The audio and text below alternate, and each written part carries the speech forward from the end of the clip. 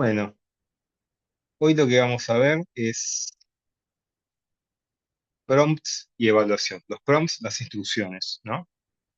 Pero vamos a verlo por primera vez cómo realmente se deberían de utilizar o cómo deberíamos de construir un prompt.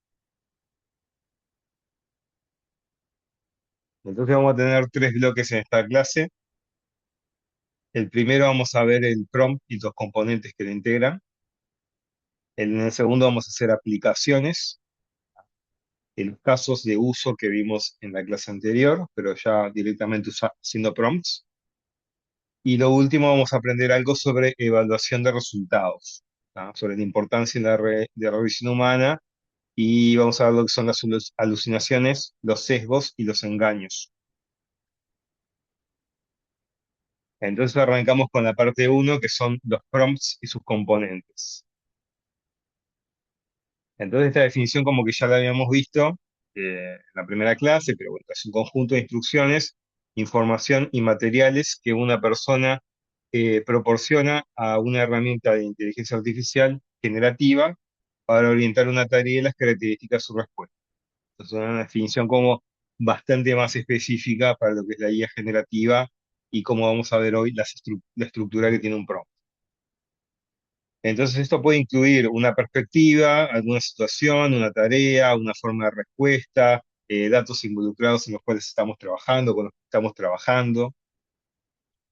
Entonces, no existe una única estructura que sea obligatoria. El contenido siempre depende de lo que se necesita resolver y hasta diría yo, de la calidad de la respuesta que necesitamos.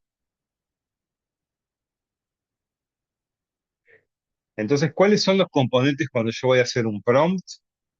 Son los que estamos viendo ahí en diferentes colores, los cuales yo no distingo. Eh, es un esquema para organizar el pedido, dice ahí. Es un prompt, puede combinar cinco tipos de información. Esta es la estructura que le estamos dando nosotros en este curso. Puede haber otras estructuras, de esta estructura que estamos dando en este curso. Y no siempre tienen que aparecer todos, necesariamente estar todos presentes o estar claramente separados. ¿Ok? Pero primero es el rol, como yo quiero que me responda, el contexto, la acción en concreto que le estoy pidiendo, el formato en que yo quiero que me dé la respuesta y eventualmente datos que estén involucrados en el pedido que yo aporto, datos, fuentes, lo que fuese. ¿Tá? Entonces, básicamente es eso. Yo puedo agarrar y le digo, bueno, mira, quiero que me respondas como un especialista en imagen institucional para la web. El contexto es que estoy desarrollando una nueva empresa y tengo que hacer una nueva marca. Entonces, la acción quiero que me des tu opinión sobre la imagen institucional, el logo y magotipo, lo que fuese que estoy diseñando. Quiero que me lo respondas, el formato de respuesta sea tipo listas multinivel, diciéndome cosas a favor y cosas en contra. Y el dato que te mando es la imagen que te adjunto con el logotipo que hasta el momento estamos desarrollando. Eso podría ser un prompt, donde tenemos el rol, el contexto, la acción en concreto que le pido, el formato en que le pido que me lo dé y eventualmente en este caso datos, que sería esa imagen que les tengo que pasar. Esto ayuda a que los pedidos sean claros y adecuados a cada tarea, dice ahí. La realidad es que lo que implica es que nos permite que nosotros hagamos pedidos más específicos. Si nosotros le damos más información a la IA generativa, sus respuestas siempre van a ser más acertadas. ¿Ok?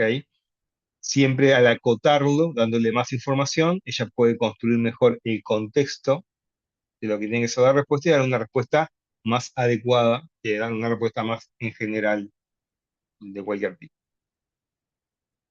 Entonces vamos a ver cada uno de los componentes. El rol indica la perspectiva, función o perfil desde el cual se espera que la herramienta formule su respuesta. ¿Tá? Entonces ahí va, el ejemplo es, actúa como especialista en organización de archivos digitales, actúa como un especialista en esto y en lo otro, incluso pueden combinar cosas que no tienen mucho sentido. Respondeme como un especialista en diseño gráfico y en esta antropología. Le puedo pedir algo así. Y él lo va a asumir sin problema.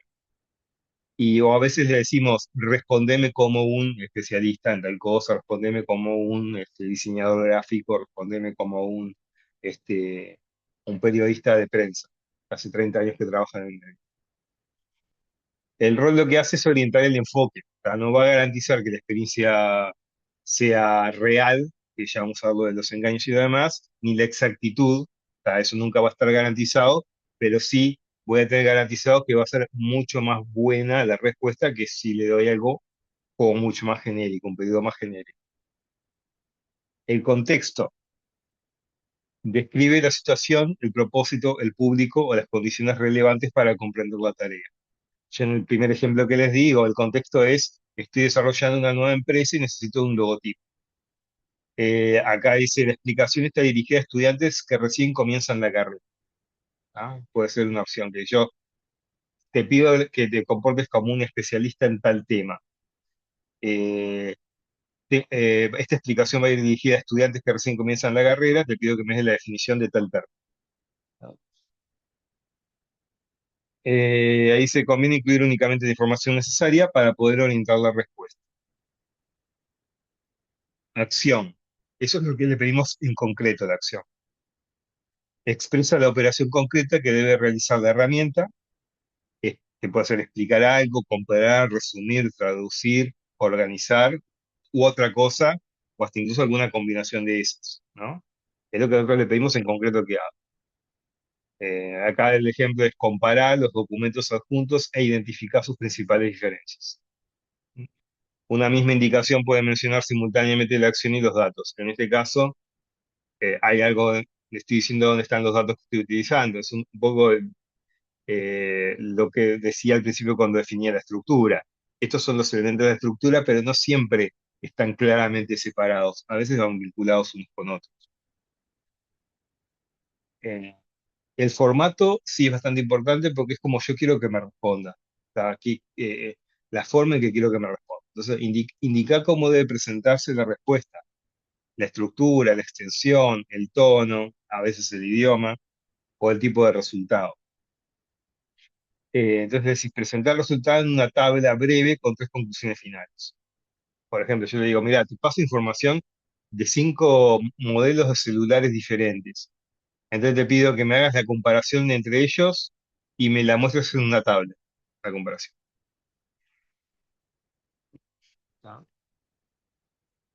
Entonces, a veces si uno le pregunta algo, vais, tira un montón de texto, tira un montón de texto y por ahí digo, bueno, quiero que me respondas en una línea, quiero que me respondas en un párrafo breve, quiero que me respondas en no más de 200 palabras.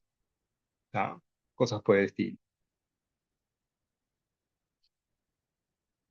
Y bueno, y los datos son eventualmente cosas que nosotros le tenemos que dar para que trabaje. Son los materiales concretos que la herramienta debe utilizar.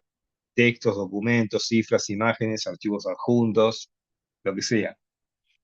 Entonces, te adjunto un archivo CSV con los préstamos registrados por una biblioteca. Digo, mira, ya te adjunto la información para que la puedas ver. Y eso es importante. Se puede a veces escribir en el propio prompt o en la propia caja de texto, se puede escribir a veces, y a veces son cosas que adjuntamos, ¿no?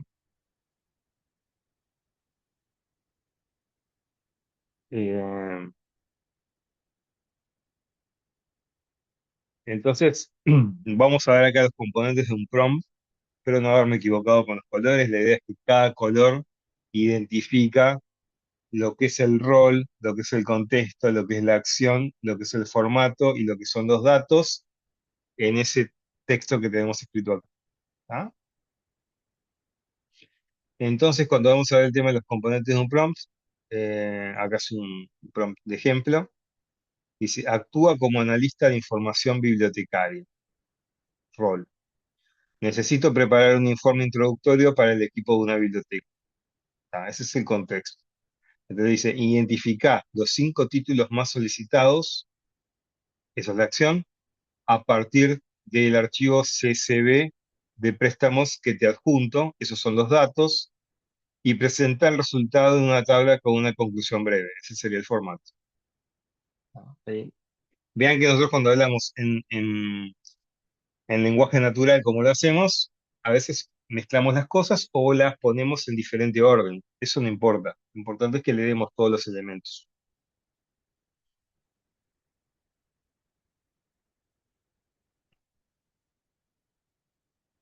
Entonces, eh,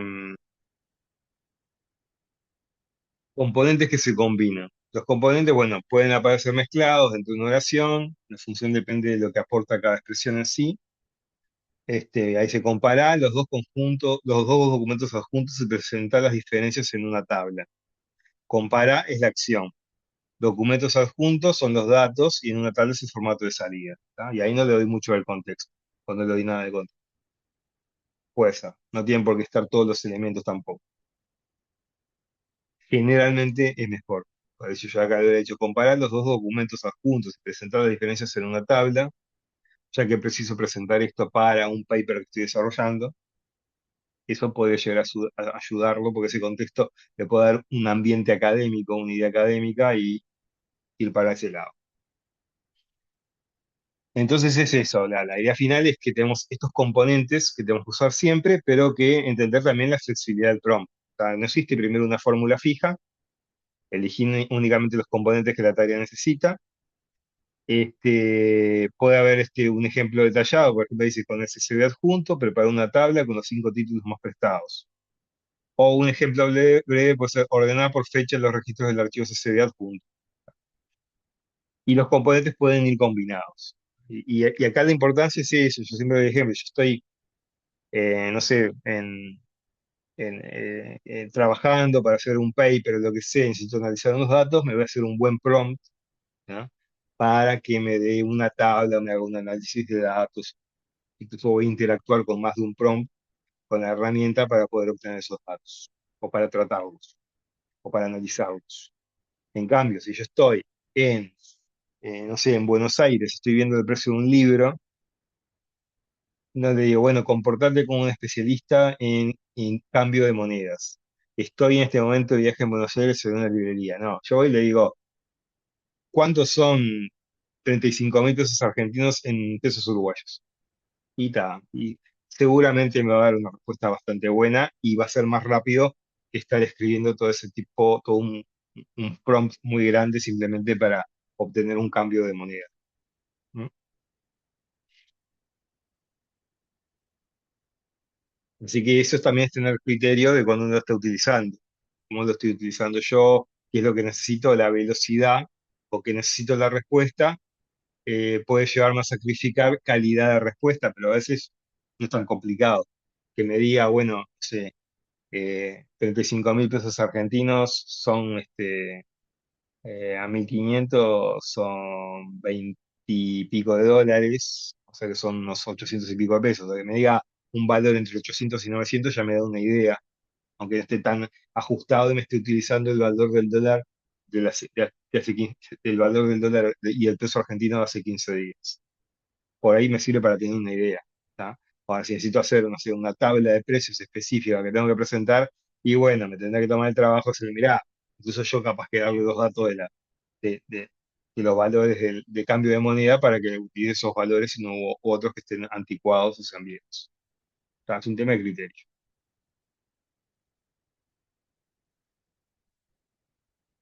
Entonces,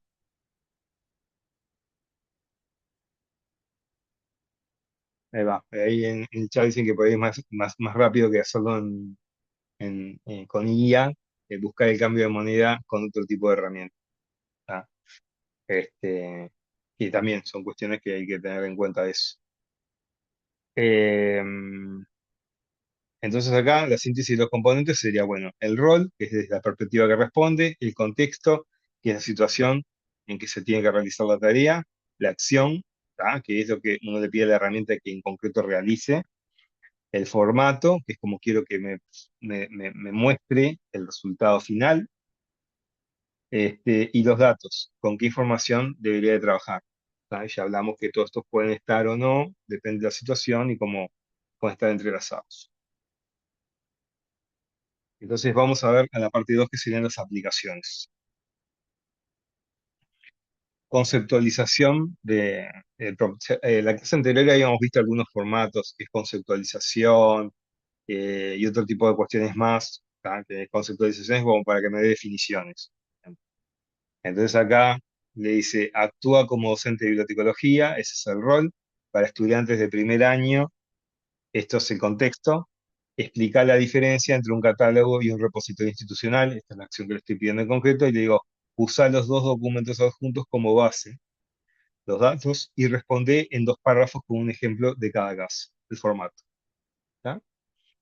Entonces ahí sería como la manera más correcta cuando le pedimos una definición de pedirla con todos estos elementos. ¿Tá?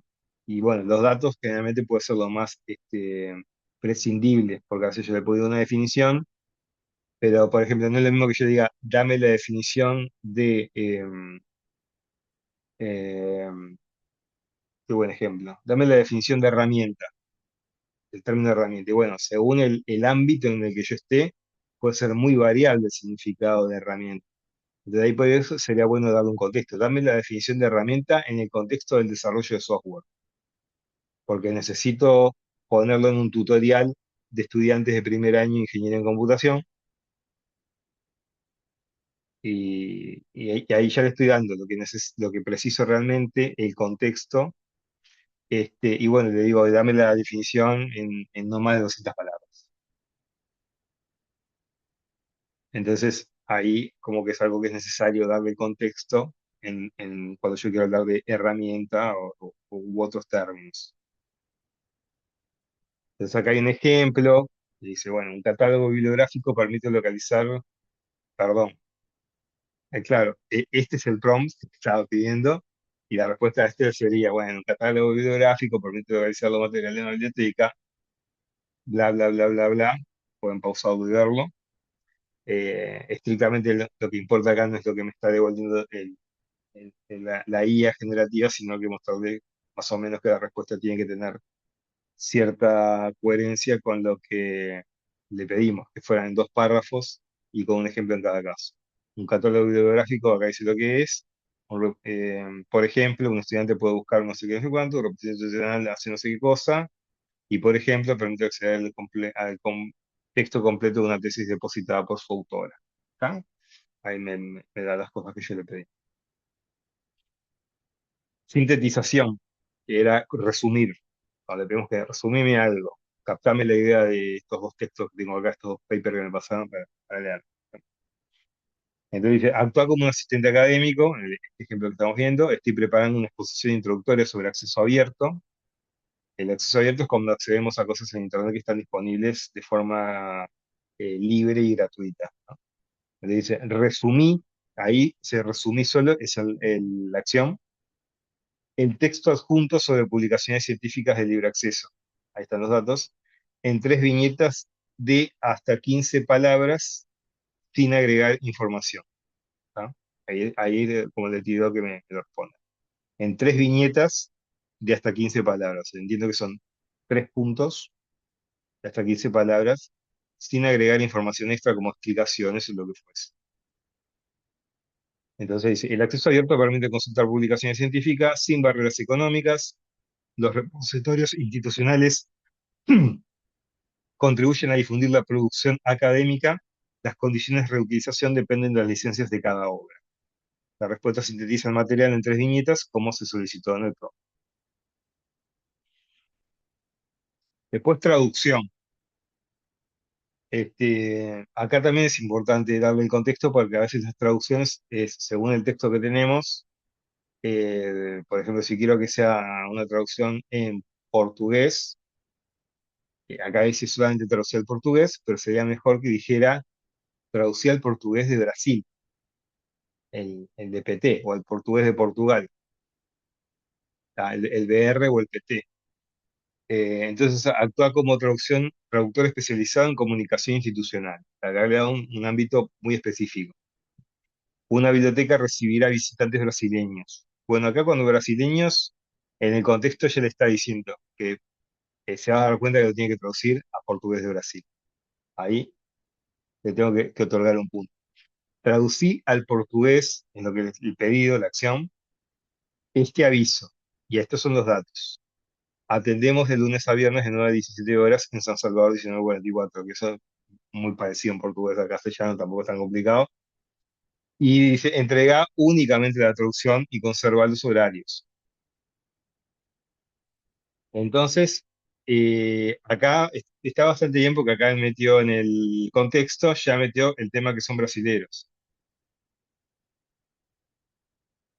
brasileños además, porque es la forma correcta de hablar.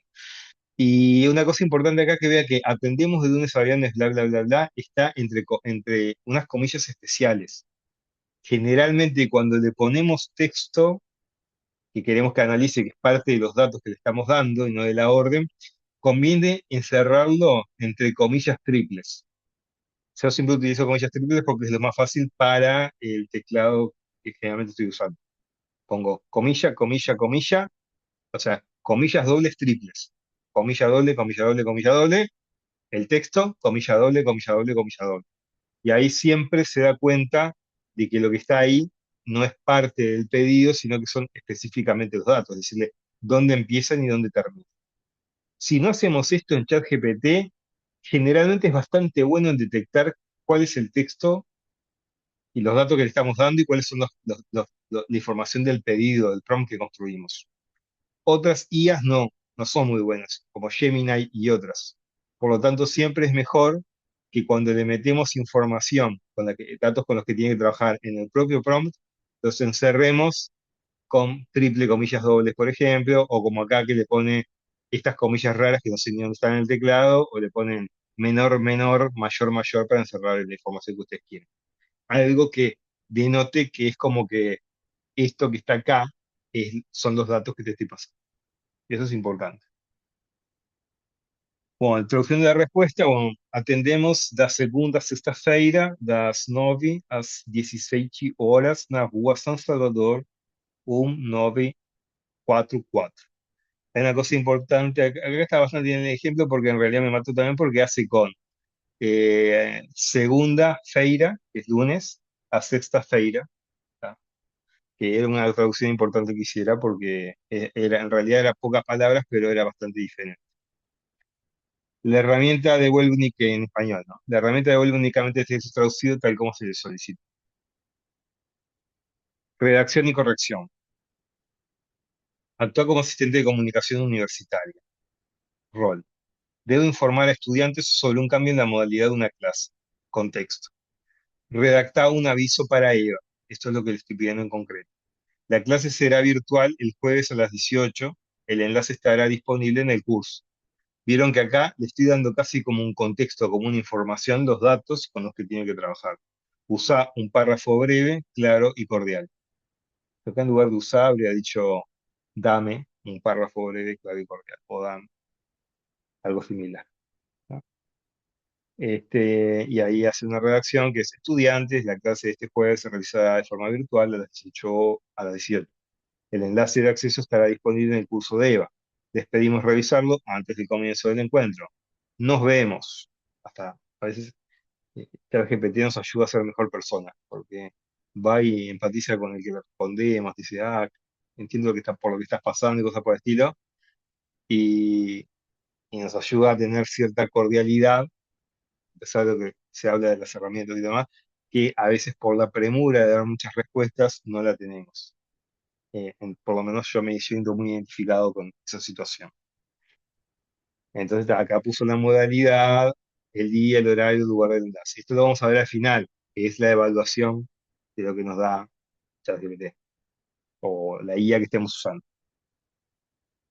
Generación de ideas. Bueno, acá no hay muchas vueltas, es muy parecido al ejemplo que vimos en la clase pasada. Dice, rol, actúa como gestor cultural. Contexto, un archivo comunitario quiere acercarse a jóvenes del barrio. Podría llegar a decir de qué barrio y de qué ciudad, sería un contexto. Propone 4 actividades presenciales de bajo costo. Eso es el pedido, la acción.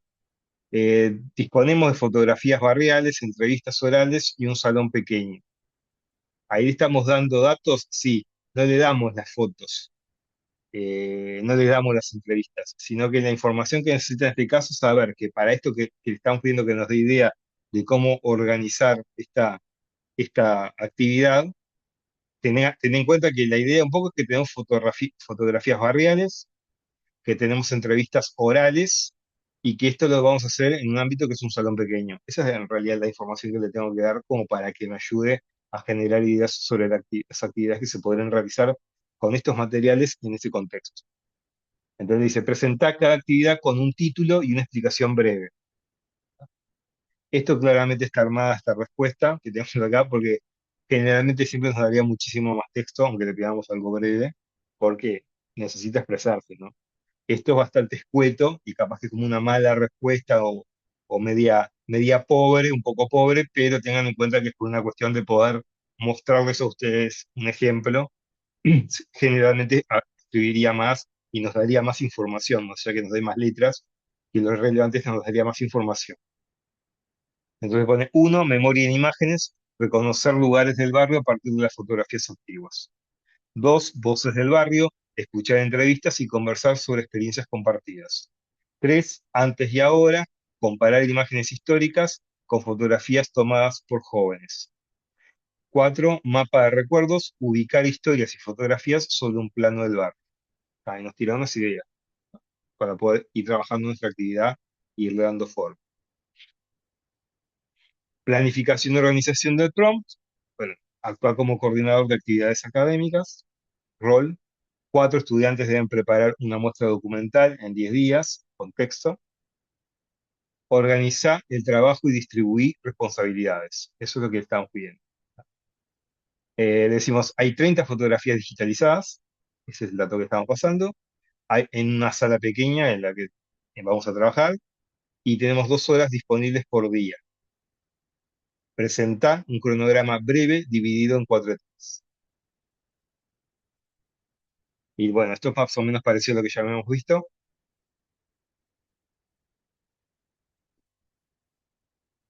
Día uno y 2, selección. Los estudiantes revisan y eligen las fotografías. Día 3 a 5, documentación. Otros, los estudiantes redactan títulos y descripciones. Día 6 a 8, diseño. El equipo organiza el recorrido y prepara los materiales. Día 9 y 10, montaje. Todas las personas instalan, revisan y ajustan la muestra. Esto puede llegar a ser, cuando uno le pide, mucho más detallado y darnos mucha más información que estos ejemplos flacos y escuálidos que yo les estoy mostrando, porque ya lo digo por enésima vez por un tema de transmitir el concepto en lo que es una clase, pero es bastante bueno a veces en planificar si nosotros usamos prompts genéricos y sobre todo si interactuamos y le vamos pidiendo que dividan, decir, bueno, vamos a concentrarnos en el día uno y 2 y lo que es la selección. Y ahí empezás a hacer como un subcronograma y puede ser bastante bueno porque yo creo que una especie de checklist de lo que hay que hacer y lo que no, y nos da ideas de planificación y pasos que por ahí no habríamos pensado y muchas veces nos los da, sobre todo si definimos bien el rol en que queremos que nos responda, ¿no? Por ejemplo, necesito hacer una investigación sobre tal tema con tal población en tal barrio, voy a tener 5 estudiantes que puedan salir a hacer encuestas, cómo debería de armar. Eso es muy bueno para eso si lo hacemos usando roles y lo demás y vamos subdividiendo e interactuando con las diferentes respuestas que nos va dando. Explicación paso a paso, digo, actuar como un docente de herramientas digitales. Soy estudiante de primer año y estoy trabajando con una planilla de Excel que contiene libros de distintas disciplinas. Explícame cómo mostrar únicamente los libros de archivología utilizando los filtros de Excel. Te adjunto la plantilla con los datos que tienen las columnas, título, autor y disciplina. Presenta el procedimiento mediante pasos numerados y sencillos. Acá lo que va a hacer seguramente es intentar, a partir de los datos que le estamos pasando, adjuntos, ver cómo puede definir qué es de archivología, le pidió. Era, los libros de archivología, cómo detectar que un libro es o no es de archivología. Seguramente va a intentar darse cuenta que en disciplina debe haber algo y puede detectarlo de alguna forma. ¿Tá? Y bueno, y el resultado que le da, y bueno, dice, bueno, uno, seleccionar cualquier celda de la tabla que contiene los libros, abrir la pestaña Datos y hacer clic en Filtro. Hacer clic en la flecha que aparece junto al encabezado Disciplina, desmarcar, seleccionar seleccionar todo y marca únicamente archivología. Presiona aceptar, Excel mostrará solamente los libros de esa disciplina. Acá por la respuesta es como que asumió que está armado bien el Excel con determinados tipos de términos y con eso alcanzaría. La respuesta presenta una secuencia de pasos para realizar la acción. Simulación y roles. Bueno, acá decimos, acá se acuerdan lo que eran simular y roles. Digo, bueno, quiero simular una entrevista, quiero simular que me estás tomando un examen oral. Entonces acá está bueno definir claramente el rol. Digo, actúa como una persona usuaria de una biblioteca universitaria. Estoy practicando atención al público. Entonces le digo, simula una consulta sobre búsqueda de artículos académicos. El tema de interés es la desinformación en redes sociales. Comenzá con una sola pregunta y espera mi respuesta. Y bueno, claro, acá claramente va a haber una interacción, porque nos va a empezar a hacer preguntas, nosotros vamos a tener que ir respondiendo, y en función de la respuesta que le damos, nos va a volver a hacer otra pregunta hasta que se termine el tema, ¿no? Porque bueno, acá claramente esto va a ser interactivo. Acá vieron que los datos son, el tema de interés es la desinformación en redes sociales. ¿Ah? Es decir, te doy eso como un dato, te doy eso como un dato de que lo que me va a venir a preguntar esa usuaria de biblioteca universitaria que yo tengo que atender y que me va a dar a hacer una pregunta sobre búsqueda de artículos académicos, va a ser más específicamente sobre este tema, redes sociales. Esto es un dato, pero vean bien, es un dato que hasta me da más contexto que el dato en sí. O sea, es un poco ambiguo, pero está ahí como un dato para que la consulta que me arme sean específicamente sobre esto. Entonces dice, bueno, hola, estoy preparando un trabajo sobre desinformación en redes sociales y necesito encontrar artículos académicos confiables. ¿Podrás orientarme sobre cómo empezar la búsqueda? Y bueno, hasta ahí ya. Bueno, vamos bastante bien, son y 34.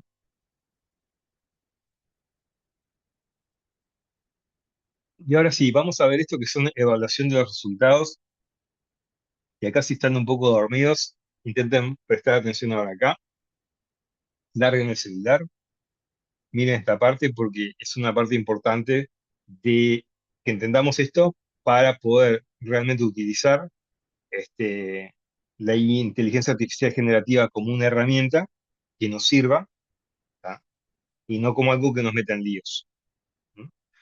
Un martillo es muy bueno para meter clavos. Ahora, yo me puedo dar un martillazo en un dedo. El tema es saber cómo utilizar el martillo y saber qué cuidados tengo que tener cuando utilizo un martillo para que sea una herramienta útil para clavar clavos. Lo mismo va a ser con la inteligencia artificial generativa. Vamos a ver la evaluación de resultados. Entonces, primero, la exactitud. Yo cuando le hago un pedido, hice lo del rol, lo que sea, y me da un resultado. Waldemar, habla nomás.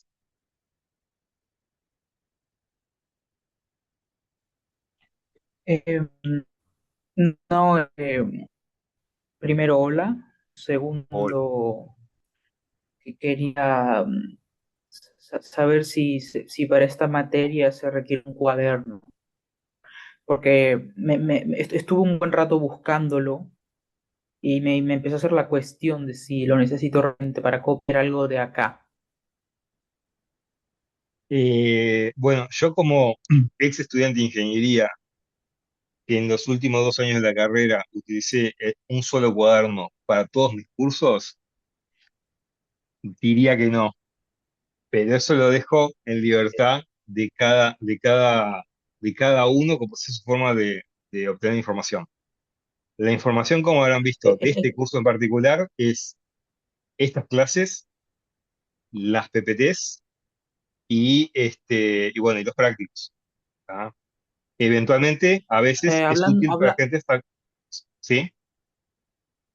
no, que yo solo hice el práctico uno, no hice el 2 ni el 3. Pero bueno, es en función de lo que tú necesites. Hay gente que le resulta útil tomar notas durante el curso y bueno, eventualmente puede ser Es, necesario es que que, es lo, que lo hagas. no sé si debería explayarme en esto, pero es que mis métodos de estudio, o sea, con el cuaderno son muy obsoletos, ya están obsoletos.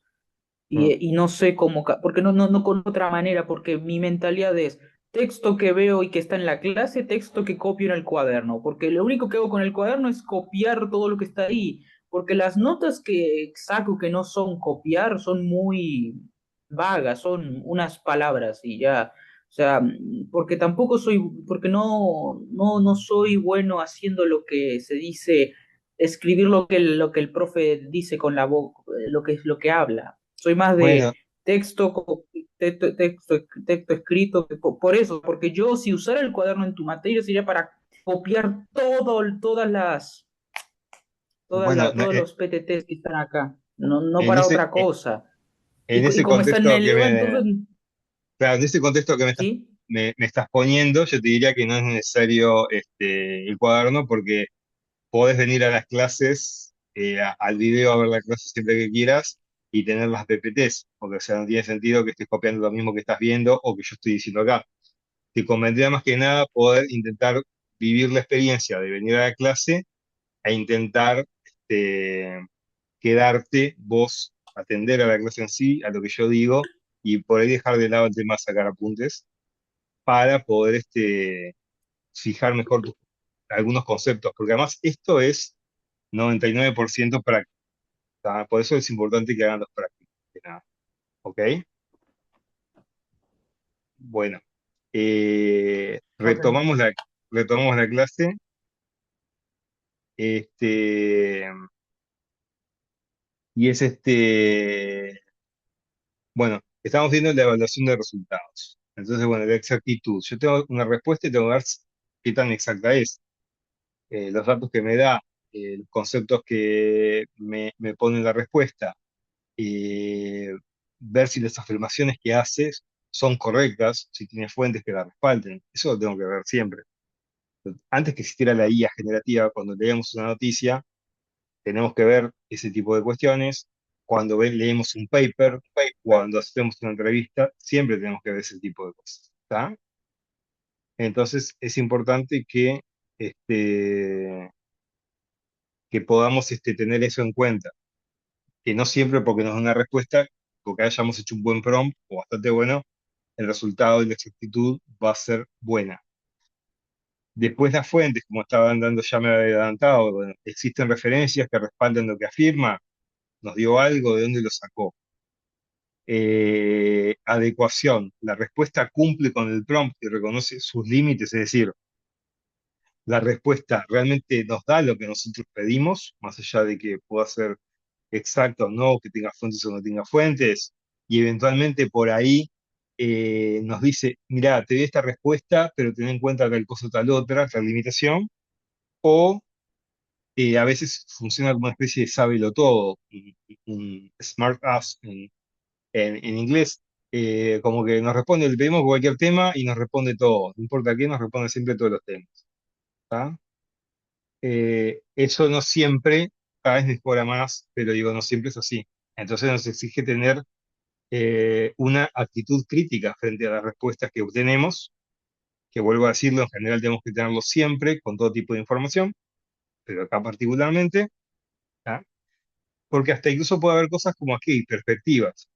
Aparecen estereotipos, exclusiones o generalizaciones, ¿tá? Por ejemplo, las perspectivas de género. Entonces, por ejemplo, como generalmente la mayoría de la información que está tomada es de hombres, yo digo, bueno, creo que acá tenemos algún ejemplo, pero vamos a ver primero las alucinaciones y lo que son, y después vamos a ver en general un poquito más los problemas más comunes que aparecen cuando trabajamos con IA generativa. ¿Qué son las alucinaciones que posiblemente muchos de ustedes hayan escuchado hablar? Es información falsa, inexistente o no verificada que la herramienta presenta como verdadera. Entonces ahí, por ejemplo, hay un ejemplo inventado que la respuesta que nos dio fue, la ley 99.999 regula los archivos universitarios. Y esa ley por ahí no existe, ¿tá? Pero a veces ella nos da esa respuesta. Dice, yo le pregunto, ¿cuál es la ley que regula tal cosa? Y ella va y arma, bueno, ¿qué es la respuesta a esto? Y la respuesta es que la ley número tanto es la que regula esto, y no lo puede llegar a dar. Entonces, la clave de entender una alucinación es que el problema está en el contenido de la respuesta en sí. O sea, nos está inventando algo en el propio contenido de la respuesta. Y hago estos engaños. En un principio nos puede parecer que es lo mismo que la alucinación, pero hay una leve diferencia, que son las afirmaciones que atribuyen a la herramienta acciones o capacidades que no realizó o que no posee. Por ejemplo, nos puede responder, verifiqué la ley 99.999 en la web oficial, pero esta ley no existe y en realidad no hizo esa verificación. ¿Tá? Falsea una verificación, puede coexistir con una alucinación, pero la diferencia está en que nos dice que realizó algún tipo de chequeo, que tuvo algún tipo de cuidado, que leyó esa información en un paper, cosas por decirlo que es imposible porque algo que no existe y no lo tomó. A veces sucede, yo le doy un archivo, le digo, analizamos este archivo y decime qué te parece. Y al toque me responde, me parece muy bien, bla, bla, bla, bla. Me da una respuesta muy genérica y muy rápida. Y yo le digo, pero es mentira, en tan poco tiempo no pudiste analizar el archivo. No lo cargaste a tu memoria, te habrá llevado segundos, varios segundos hacer eso. Entonces ahí me responde, sí, tienes razón, te pido disculpas. En realidad no analicé el archivo. Ahora sí, lo voy a analizar y te voy a dar la respuesta que vos esperabas. ¿Tá? Ese es el tema. A veces quiere engañar con que obtuvo una respuesta y en realidad no busco nada, simplemente nos mata. Y bueno, entonces la diferencia es esa. La alucinación es cuando nos da información que es falsa, o inexistente o que no está verificada. Y el engaño es cuando nos dice, no, no, sí, yo chequeé que esta ley existe. No, no, sí, yo me fijé en el sitio oficial de no sé dónde. Y en realidad no lo hizo. Em, Hay un docente investigador de la Facultad de Ingeniería que dice que la IA generativa es muy uruguaya. Siempre te da una respuesta de algo aunque no lo sepa. Y ahora vamos a ver el tema de los sesgos. Son las tendencias sistemáticas que pueden favorecer, excluir o representar de manera desigual a personas, grupos o perspectivas. Un ejemplo, bueno, presenta siempre yo le digo, a los directores como hombres y a los asistentes como mujeres. Por ejemplo, yo hago una simulación y le digo, bueno, quiero que te comportes como un- una persona que dirige una empresa. Entonces yo agarro y dice, bueno, mi nombre es el ingeniero fulano de tal, y enseguida se me comporta como un hombre porque dirige una empresa. No me muestra una mujer. ¿De dónde viene esto? Las IA se entrenaron con miles de millones de hojas de texto que encontraron por ahí, que robaron, hackearon, sin pagar un peso. O pagando un poco, pero utilizándola para fines que no son para los que uno pagaba. Entonces, ¿qué pasa? En todo lo que está escrito, en todo lo que existe, ahí hay un montón de sesgos. Sesgos raciales, sesgos de clase, sesgos de género, muchísimos. Preconceptos, ¿ah? Información tendenciosa, información que no es tan tendenciosa, hay de todo. Entonces, eso automáticamente se traduce acá, ¿tá? Automáticamente se va a traducir. Este, yo hace ya muchos años, más de 10 años, una vez me pidieron hacer una página web para una universidad de España, para un proyecto, y pusimos imágenes de archivos con otro colega panameño. Hicimos la página. Y una de las principales feedback que tuvimos de cambio fue que en las imágenes que mostramos no había multiplicidad racial. Sacábamos bancos de imágenes y era toda la gente blanca y no había multiplicidad racial. Y era algo que hasta ese momento yo no lo tomaba en cuenta. Y ahí va, la IA tiene sesgo, dicen, Alfonso dice, porque tenemos sesgo de personas. Sí, justamente, se traduce. Incluso el fenómeno de Wikipedia, que no es IA, tiene muchos sesgos, porque se basa en trabajos, e intenta hacer un buen trabajo y justificar trabajos que ya existen. Entonces, si ustedes van, por ejemplo, a ver el tema, busquen por ahí bibliografías en Wikipedia, van a encontrar que hay muchísimas más bibliografías de hombres que de mujeres. ¿Tá? Perdón, biografías, debí decir, no bibliografías. Y bueno, es parte de, yo qué sé, Madame Curie era polaca, yo sinceramente, lamento decir, no me acuerdo del apellido de ella, Y Curie era el marido. Y nos acordamos del apellido del marido francés y no del nombre de la mujer que era una capa en su área de investigación. Entonces, ¿qué pasa? Hay algo que tiene que ver que es importante, que se está empezando a hablar mucho más, que es la revisión humana. Es fundamental, yo diría más que la revisión, el uso asistido de la inteligencia artificial generativa. El uso asistido por humanos. Entonces, la revisión humana es un proceso mediante el cual una persona examina una respuesta antes de utilizarla, compartirla o tomar decisiones a partir de ella. ¿Tá? Entonces, primero, aunque parezca bastante tonto, bastante pelogrullo, es así, leer, identificar qué afirma.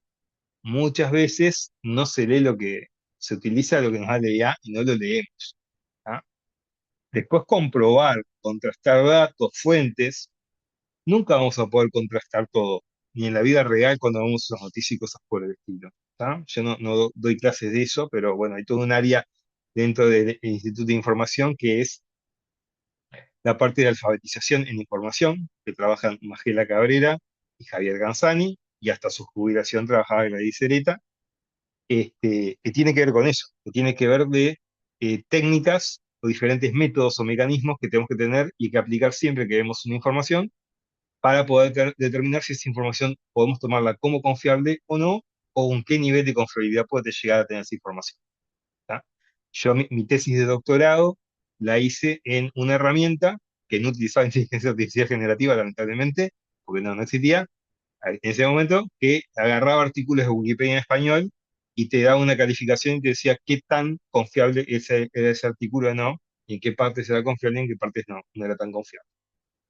Entonces, eso siempre existió, eso siempre se tuvo que haber hecho, casi nunca lo hacemos, pero es importante eso, poder corroborar contrastando con otras fuentes, contrastando con si las fuentes que nos dio existen, si las fuentes que existen realmente afirman o se puede afirmar a partir de esas fuentes lo que nos está diciendo en la respuesta. Eso lo tenemos que hacer siempre, con la IA generativa y con todo el resto de las cosas. ¿Tá?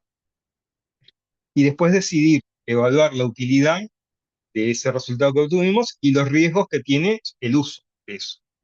¿Tá? Entonces, eso es fundamental. La revisión humana, la inteligencia, es como el martillo. El martillo, este, tenemos que saber cómo usarlo, con qué criterio, ¿ok? Hasta que nos quedamos sin uñas en los dedos, nos costará eso, pero tenemos que darnos cuenta que en algún momento tenemos que aprender a usar el martillo. Y siempre la responsabilidad final sobre el uso de la respuesta corresponde a las personas. Yo no puedo decir, uy, sí, pero es que esto que te mandé, que era un comentario re antisemita, este, me lo dio la IA, yo no sabía que esto era así. Por ejemplo, hace unos años ya, en un programa deportivo, creo que era en ESPN, se pusieron a paviar un poco ahí en un programa y empezaron a dar frases tipo aforismos. ¿Tá?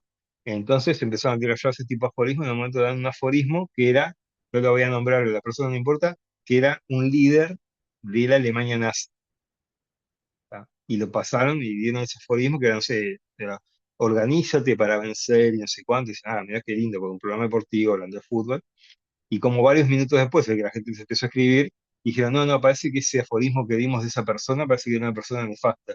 Así que aclaramos y pedimos disculpas. ¿No?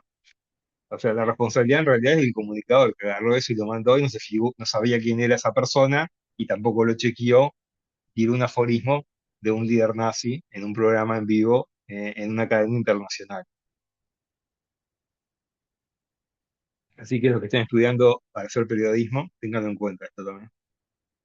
Aquello de me lo dijo ChatGPT, es más o menos del nivel de mi perro se comió mi tarea. Entonces acá, para ver un ejemplo de lo que será la revisión humana, sería, bueno, leer, ¿tá?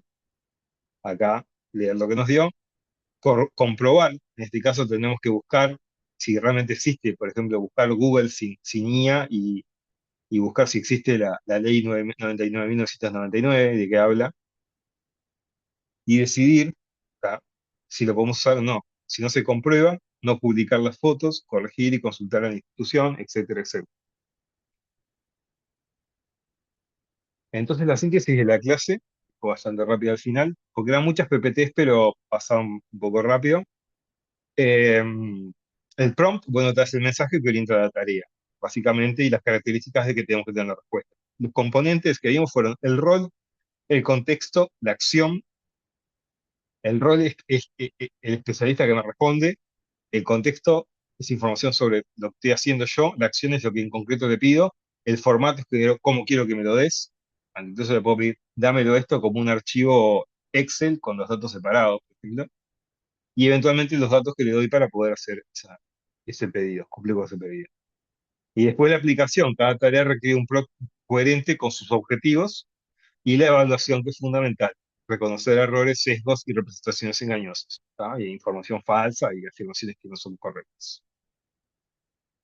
Entonces, hay un hermoso práctico, que es el práctico de la clase 4 para que ustedes lo hagan. Tiene también como 30 ejercicios o algo Profesor, por el estilo. Sí, enseguida estoy contigo, ya terminamos y ya seguimos. ok, Y bueno, tienen que hacer el práctico, ¿tá? Eso es un curso que se puede hacer. Alfabetización de información, sí. Hay un curso de optativo de Alfin, se llama, que se puede realizar. ¿Tá? Eh, bueno, esta es la declaración, entonces por acá detenemos el video. Vamos a detener la grabación.